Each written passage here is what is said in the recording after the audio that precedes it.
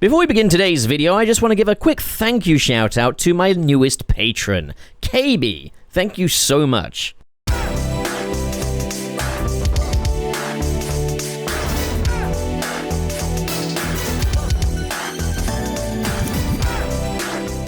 Hey, what's up? I'm Channel Pup, fanboy supervillain, and today we're going to be talking all about the very final performances of Kevin Conroy and Mark Hamill as Batman and the Joker, respectively, in Crisis on Infinite Earths Part 3, the new animated movie in the DC Tomorrowverse. Subscribe, patron, all that good stuff is in the description below. You know what to do. Thank you so much. So I just want to preface this by saying that I haven't actually seen Crisis on Infinite Earths Part 3 just yet, so I'm not going to be talking about the movie as a whole so much as I'm going to be talking about the final scene of Kevin Conroy as Batman. But if you're expecting like a review of that Crisis on Infinite Earths Part 3 movie, that's not what you're getting here. Regrettably, I haven't kept up with the DC Tomorrowverse, nor did I really keep up with the previous incarnation of the DC animated movies universe. Something that I do intend to check out. I saw a few movies from it, just not all of them, or all the tentpole releases anyways. And I haven't seen any of the Tomorrowverse yet.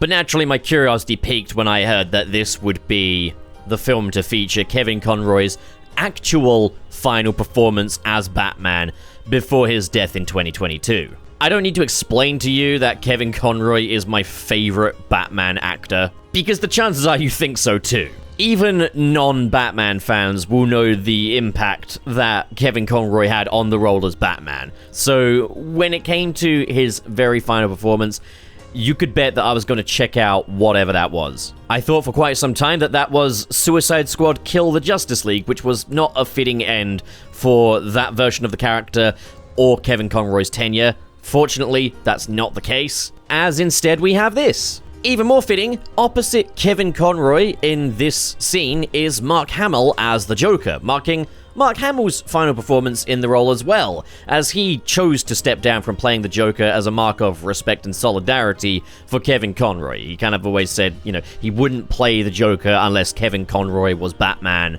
and so it makes perfect sense as a respectable decision. But Mark Hamill as the Joker is equally iconic, I'd say.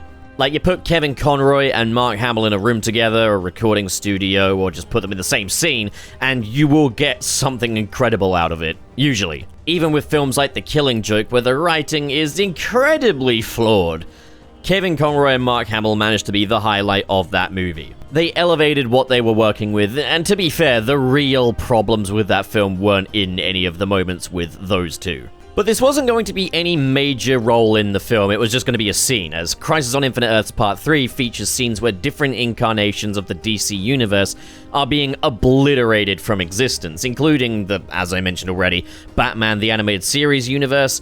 We've got nods to the original Bruce Timm animated universe, with Green Lantern and Hawkgirl having a little smoochy smooch as their universe ends.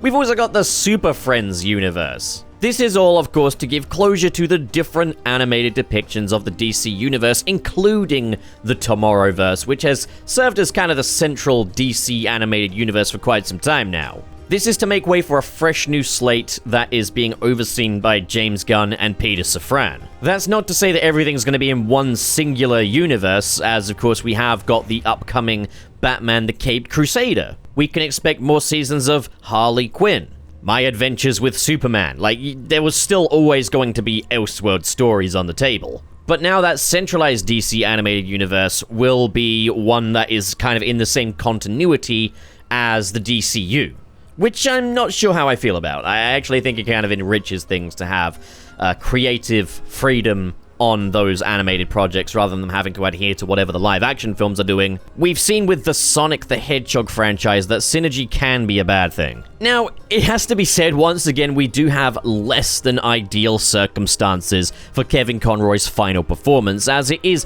just a cameo in which his entire universe gets wiped. It wasn't great to have what we thought was Kevin Conroy's final performance be him getting capped in the face by Harley Quinn, and I'm sure as hell not a huge fan of this whole trend of bringing in a whole host of member-berry cameos just to kill everyone. But at the same time, it's what they do within this cameo that counts, and as well as that, I'm not going to judge too much kind of Crisis on Infinite Earths Part 3 for this. Because to truly talk about that, I would need the full context of the overall story. But in this scene, we've got Kevin Conroy reprising his role as the Batman the Animated Series version of Batman, while Mark Hamill is, again, the Batman the Animated Series version of the Joker. And that's really fitting. That is a really nice bookend to Conroy and Hamill's tenure as Batman and the Joker respectively, that they play the versions of those characters that they began their tenures in. These are the versions of the characters that made Kevin Conroy and Mark Hamill Batman and the Joker for generations to come. So we're going to start off by talking about just kind of what happens in this scene.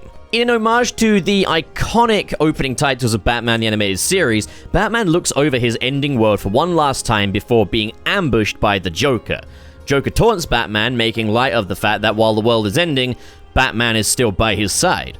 Batman looks on at the destruction of the world, pushing back at the Joker, recontextualizing things with the final lines of Kevin Conroy's Batman, as he proclaims his care for Gotham and justice before stating, "And if it has to end, at least I go out like this, being Batman." And so Kevin Conroy and Mark Hamill bow out with the final note of the Danny Elfman Batman theme. This is, admittedly, a much better way for Kevin Conroy's run as Batman to end than Suicide Squad Kill the Justice League. Rather than Kevin Conroy playing a Batman who succumbed to the evils he was up against, killing his surrogate son before getting iced in the face by Harley Quinn, we have the original Batman Kevin Conroy first played reinforcing what Gotham and justice means to him, and that he goes out as Batman, unbroken as we always knew and loved him. That is a million times better than him getting iced in the face by Harley Quinn as an evil version of Batman. So I'm just going to kind of review the scene itself in a vacuum, and I'll say this, it is a little stunted compared to what you'd usually see in Batman the Animated Series. While consistent, the animation and art feel a lot cheaper, more digitized. The animation feels a lot more pose-to-pose, particularly when it comes to facial expressions. The overall blocking of the scene isn't anything to write home about either. Batman just kind of stands there and Joker attacks him. No kind of allusion to any larger plans in the works or that these two were fighting earlier. There's no kind of prior context. Just Batman stands on a rooftop, gets attacked by the Joker. There are ways you can allude to something bigger without having to eat up any more screen time, but I mean, it feels like this whole thing was kind of a little rushed. But the worst part is, my immediate reaction when I first saw this scene was, oh, it sucks they couldn't get Mark Hamill back. I must say, Betsy, I'm flattered.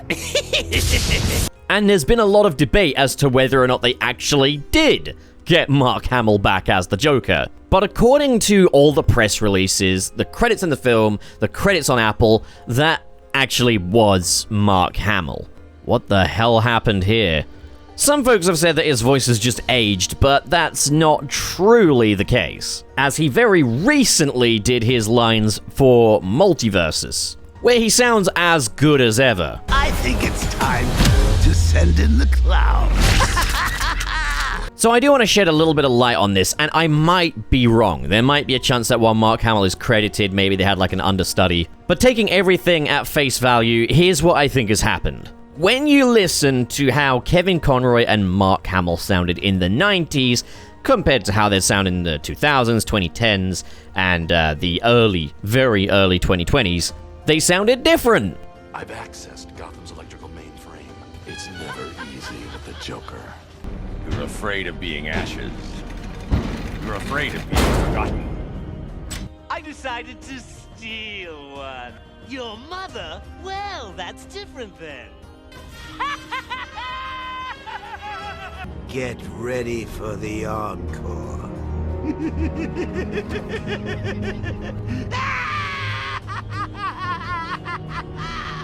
And that makes perfect sense. That's just aging. As you grow older, your vocal cords become atrophied and you have a bit more gravel in your voice. And you can really notice that going from even something like Batman the Animated Series through to Batman Arkham Asylum in 2008. Especially with the Joker, who was a lot more smooth-spoken in Batman the Animated Series. Yes, he was very clownish, had a lot of musicality, but he wasn't as ghoulish as he sounds in, say, the Batman Arkham series. You can tell that those voices are aging, but they're aging like a fine whiskey.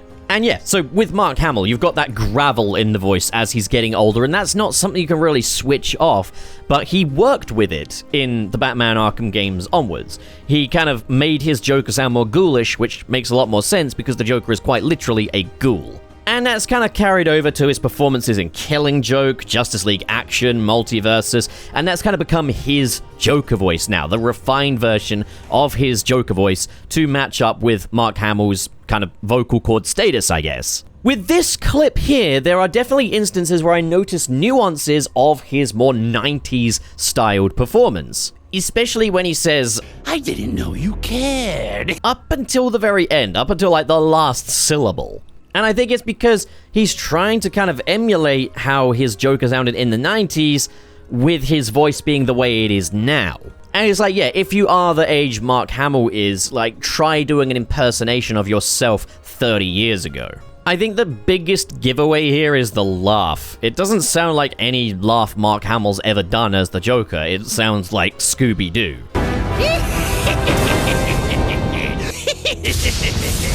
Compare this to the Joker's laugh at the end of Batman Mask of the Phantasm, and there's a very clear difference here. I don't know if this was Mark Hamill's decision or if this was the voice director's decision, and I appreciate the acknowledgement that yes, the Joker did sound different in Batman the Animated Series, but here's what I'm gonna say.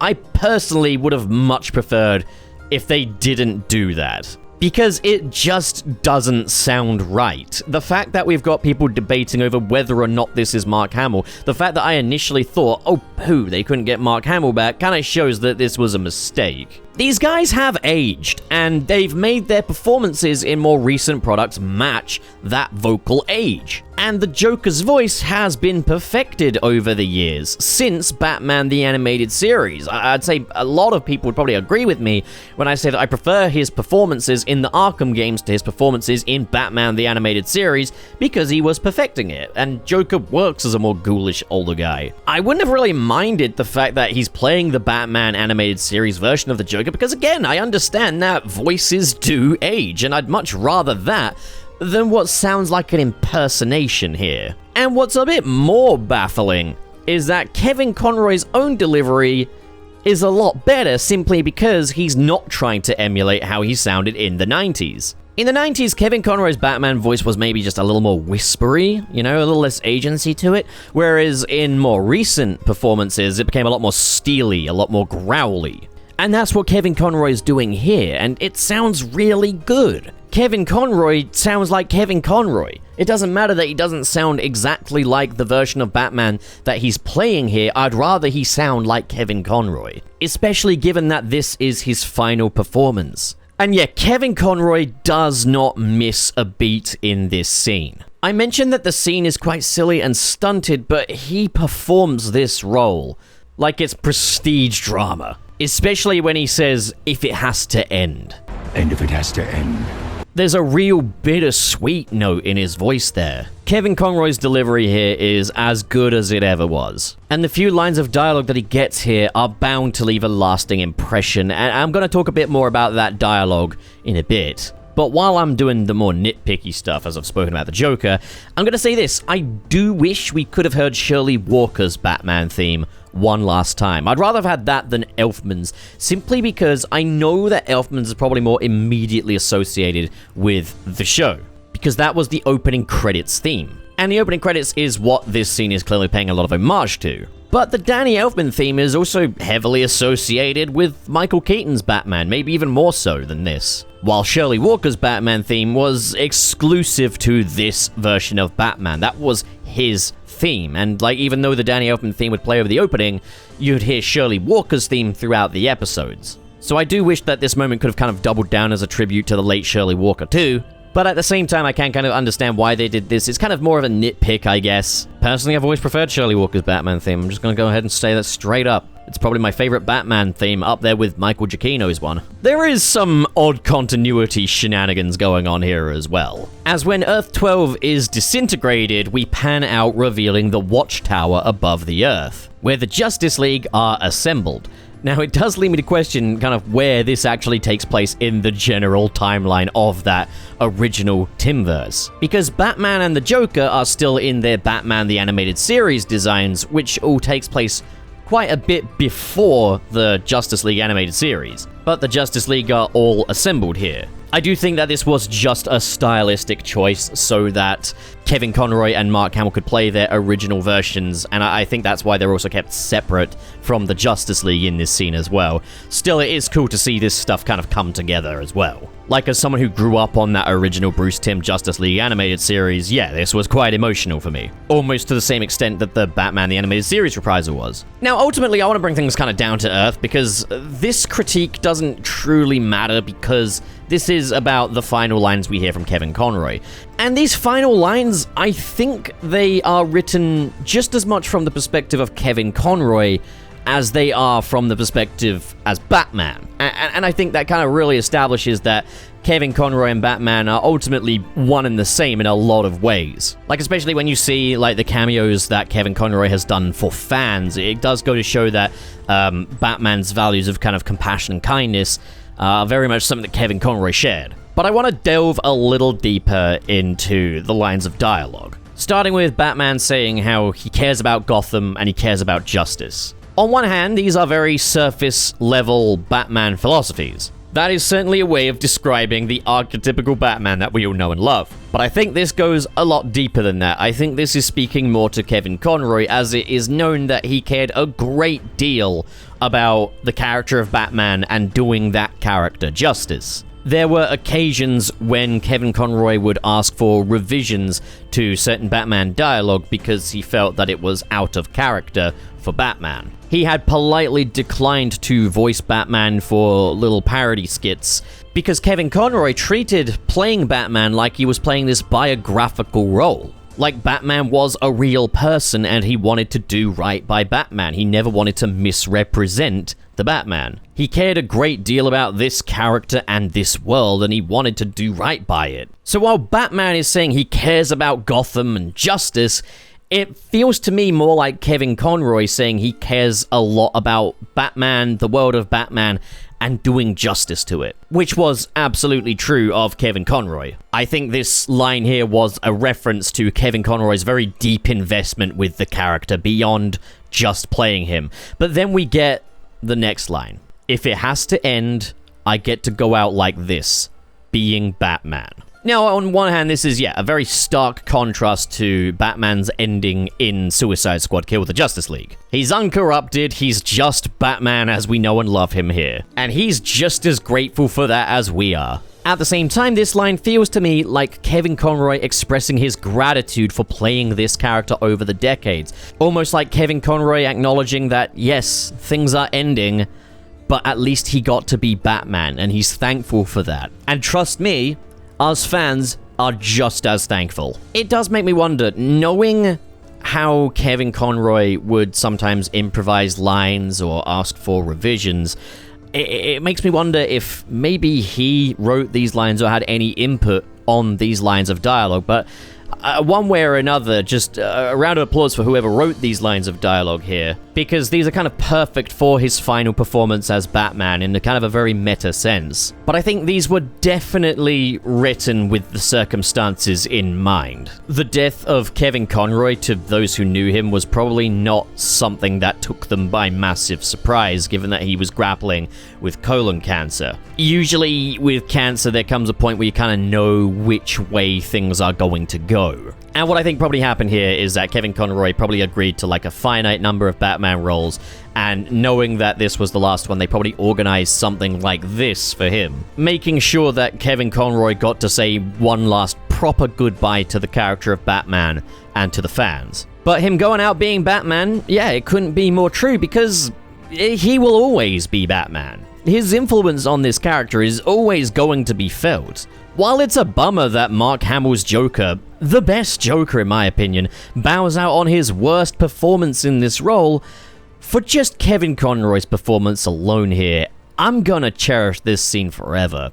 I've already rewatched it like 20 times. It's a pretty emotional but triumphant experience. Speaking of the influence, though, that Kevin Conroy and this version of Batman have had over the years, we do have new projects to look forward to that are keeping Conroy's Batman alive in different ways, with great new actors carrying the torch. I did make a rather negative doom and gloom video on kind of the future of the Batman Arkham franchise, and how it looks like it's never truly going to recapture what made this series great, but at the same time, I do want to state I am kind of grateful that Arkham Batman is still here. I am bummed out that we're finally getting an Arkham Origins sequel after all these years, yet it's exclusive to the MetaQuest 3. But having Roger Craig Smith continue as the Arkham Batman for new projects is a great way to keep that version of Batman alive. A version of Batman that was, at the end of the day, portrayed by two different actors who both have some ownership over this version of the character. Having Roger Craig Smith as Arkham Batman moving forward just makes so much sense to me, as Roger Craig Smith did such a spectacular job in Arkham Origins. He really did sound like a younger version of that Kevin Conroy Batman, while still having his own kind of ownership over that version of the role as well. I really hope that Roger Craig Smith has a bright and exciting future ahead of him in this role. He's not Kevin Conroy, but he's someone that can keep this Batman alive. But that's not all for the future of the Batman that Kevin Conroy very much brought to life, as we are getting a brand new successor to Batman the Animated Series. We're getting coming to Amazon Prime very soon, Batman Caped Crusader. From various Batman the Animated Series alumni, executive produced by Matt Reeves, director of The Batman, so absolute legend, love to see it,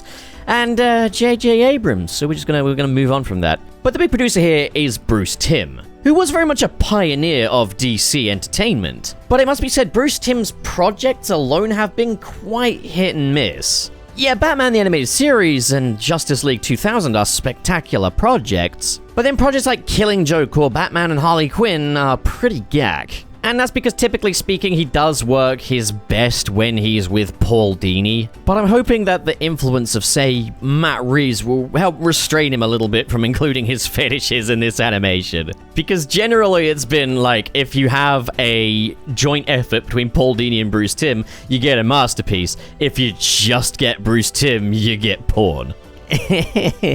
I'm hoping that this won't be the case. But while the show looks kind of like a sequel in a lot of ways to Batman the Animated Series, particularly in like its art style, it's not trying to replicate that or be a continuation of that. This is a completely standalone thing, with very unique reinterpretations of Batman's Rogues Gallery, including a Harley Quinn that is not in any way attached to the Joker, a version of Two-Face that actually becomes a bit more reasonable after getting half of his face all messed up. And then we've got new versions of Clayface, Penguin, Catwoman, and it's a more adult series. And I'm really hoping that means more violence rather than more fetish stuff. Oh, Bruce, come on, man, keep it calm, keep it down. But Bruce Timm has stated that, yes, there are a lot of stories that they wanted to do for Batman the Animated Series, but because that series had to be tailored for kids, they couldn't do those stories, and those will be adapted into this project. They're also leaning a lot more into that sort of 1930s influence. While Batman the Animated Series took place in kind of a no-time,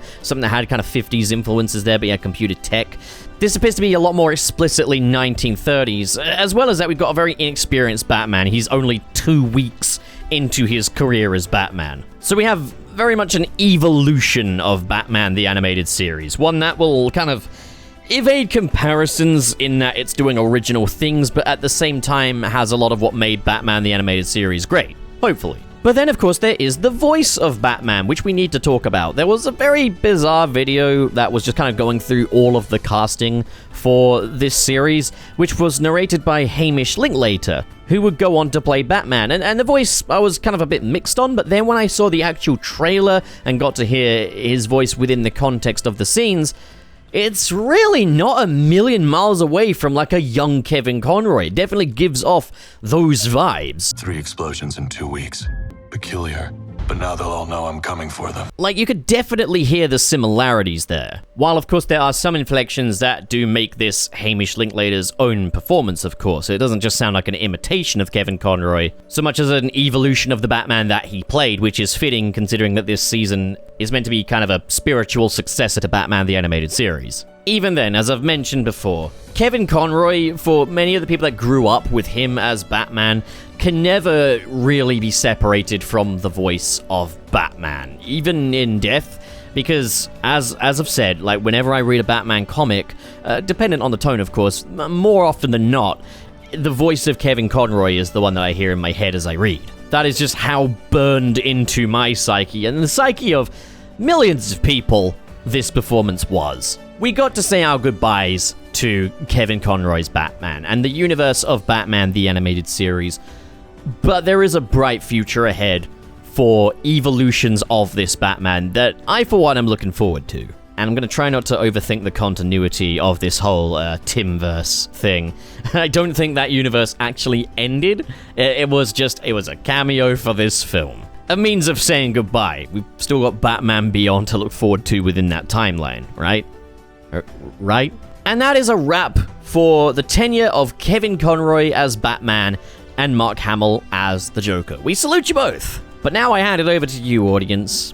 Discuss this in the comments below, and as always, if you enjoyed this video and you want to support more like it, be sure to hit subscribe, hit the like button, and in the description below is the link to my Patreon page, where for as little as $1 a month, you can get your name in the credits of these videos, with a special shout out going to the patrons in the $5 and above tiers. We have KB, RT0, CalX, Hypes, Sad Goku, Daredenny, SSS06, Kale Bennett, Ken K, Dazzle Fizzle, I've sent my evil clone to find some helium, Cyrus the Skeptic, Biotin, oh no, I've used up all the helium, what am I meant to do now?